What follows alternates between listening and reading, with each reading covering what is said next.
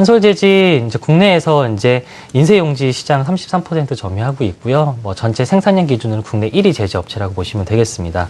아무래도 이제 인쇄용지에 대한 부분들이 이제 매출 성장성이 약간 좀 한계가 있다라는 부분들이 있어서 전체적인 제조업계 글로벌적으로도 그렇고 국내에서도 이제 특수지 시장에 대한 부분들 돌파구로 좀 찾기 위해서 이 부분이 포인트다라는 말씀 먼저 드릴 수 있을 것 같은데요.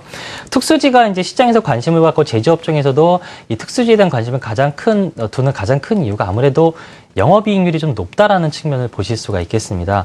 앞서 말씀드린 것처럼 매출 비중이 높고 이것 때문에 이제 성장성이나 이런 어떤 기반적인 부분들이 좀 많이 가졌던 인쇄용지 같은 경우는 영업이익률이 3에서 7% 정도 수준에 육박하는 반면 이 특수지 같은 경우는 마진율이 13에서 19%로 상당히 높은 영업이익률을 만들 수가 있기 때문에 어떤 매출에 대한 이익 비중을 특수지 쪽으로 좀 많이 넘기려고 하는 그런 부분들이 좀 많이 진행이 되고 있고요. 특수지라고 하면 이제 대표적으로 감열지라는 부분을 말씀드릴 수가 있는데 여러분들이 많이 아시는 것처럼 영수증이나 은행 순번대기표 그리고 입출금 거래표와 같은 부분들이 그 특수지의 감열지라고 보시면 될 것 같습니다. 이 감열지는 전 세계적으로 연간 10%씩 수요가 증가하는 부가가치 상품이라고 보시면 될 것 같고요. 그로 인해서 한솔재지는 특수시장의 성장성을 좀 감안을 해서 최근 4월에 작년 4월이죠. 이제 장안공장 증설 이후에 특수지 생산 능력이 연간 16만 3천 톤 수준까지 좀 늘린 상태입니다.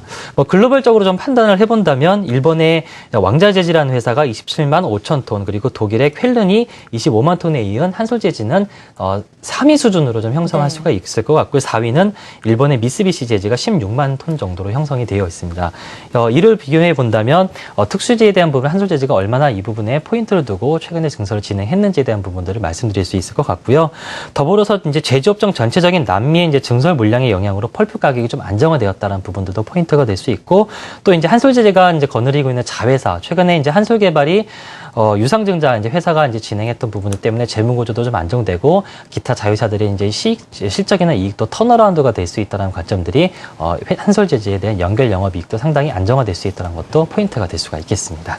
일단 우리나라 국내 1위 제조업체고요. 특수지 생산 능력으로 봤을 땐 세계 3위에 위치를 하고 있습니다. 특수지 부분에서 이익성 좀 좋은 것 같은데요. 이 부분의 투자 포인트 좀 더 자세하게 세워볼까요?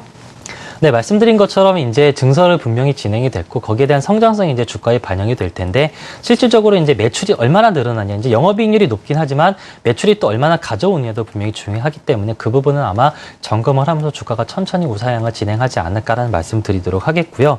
일단 적극적인 주가 상승이 나타나기 이전에 어떤 기술적인 흐름을 본다면 최근에 이제 작년 말까지였죠. 이제 기술적으로 12,600원에서 7,000원대가 단기적인 고점 라인을 형성하면서 매물벽을 형성을 했었는데 오늘 주가 상승이 거래량과 동반한 추가 상승이 나타나면서 어떤 추가 상승 가능성을 좀 보여주는 흐름들이 나타났습니다.